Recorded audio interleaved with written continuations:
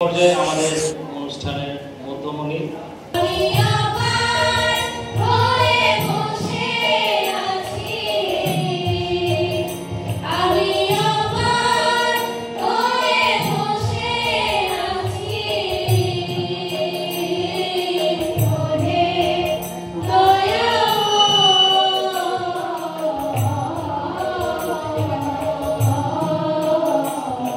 ফরিদা পারভিনের তার গায়কী, তার গান গাইবার বিশেষ ভঙ্গির মাধ্যমে তিনি প্রথম আমাদেরকে বুঝিয়েছেন যে লালনের গান নিছকই সঙ্গীত না, এটা একটা ভাব সঙ্গীত, এটা একটা ভাবের গান, এটা একটা বিশেষ দার্শনিক অবস্থানকে পেশ করবার একটা বিশেষ পদ্ধতি।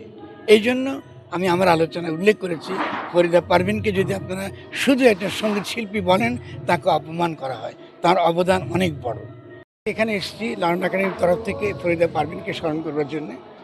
তো আমাদের এক সাংবাদিক ভাই আমাকে একটা প্রশ্ন করেছে যে আমি ওখানে বলেছিলাম যে ফরিদা পারভিন শুধু শিল্পী নয়। এই কথাটা এই কারণে বলে, শিল্পী কথাটা পারফর্মিং আর্টসের মধ্যে পড়ে, শিল্পী কথাটা বলে পারফর্মিং আর্টসের মধ্যে পড়ে। মোনালিসা হেভি ফ্লো 15 পিস প্যাকেটের সাথে 8 পিসের একটি প্যাকেট একদম ফ্রি। আমরা একটা গান গাইছি বিনোদনের জন্য, কিন্তু ফরিদা শুধু ওটা করেননি। কারণ আপনাদের মনে রাখতে হবে যে বাংলাদেশে পাকিস্তান আমলে লালনের গান গাওয়া হতো পল্লীগীতি হিসেবে, লালনের নামও নেওয়া হতো না। শুধুমাত্র স্বাধীনতার পরে লালনের সঙ্গীত আকারে এটা গেছে, কিন্তু লালনের গান যে সাধকদের বাংলার ভাবচর্চার, বাংলার দর্শন চর্চার একটা দীর্ঘ ধারায় গড়ে উঠেছে, এটার কোনো রকম হদিস আমাদের শিক্ষিত মহলেও নাই। এমনকি যারা লালনের গান শুনে, লালনকে ভালোবাসে, তারাও এই সম্পর্কে সচেতন।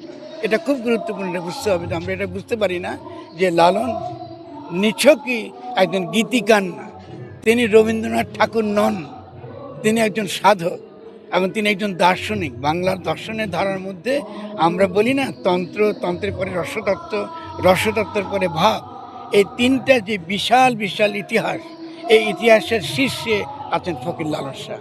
এটা শ্রুতি এবং কণ্ঠ, মানে যারা কথা বলে, গান করে, গানের মাধ্যমে এই ভাবচর্চাটা হয়। এই ধারণাটা আমাদের সমাজে অত্যন্ত অস্পষ্ট এবং অপরিচ্ছন্ন। এই জন্য আমরা অনেক সময় ফকির লালনকে বুঝতে পারি না, ফরিদা পারভিনকে বুঝতে পারি না তিনি কী অবদানটা রেখেছেন।